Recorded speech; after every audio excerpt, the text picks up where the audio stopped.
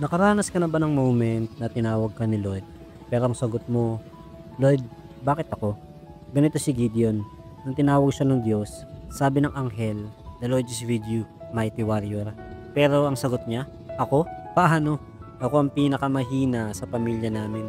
At ang pamilya namin, pinakamahina sa buong tribo." In short, ang dami niyang insecurities. Pero ang sagot ni Lord, "I will be with you." Hindi niya sinabi, "Kaya mo yan, Gideon." Ang sabi niya, "Ako ang sasama sa'yo." Because the truth is, hindi mo kailangang maging confident para magamit ka ni Lord. Kailangan mo lang siya.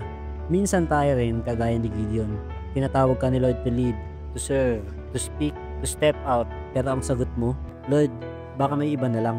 Di ako marunong, di ako karapat-dapat." Pero kapatid, si Lord hindi tumitingin sa lakas mo. Tinitingnan niya ang puso mo.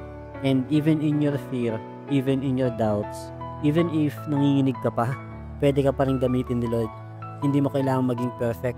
Ang kailangan mo lang ay willingness to say, "Lord, I'm scared, pero susunod ako." Because the moment you obey, you will see the miracles you never imagined. Kung ang Diyos kayang gamitin ng isang mahiyain, insecure, at duwag na si Gideon para iligtas ang buong Israel, anong dahilan pa ang natitira para hindi ka sumunod sa Kanya?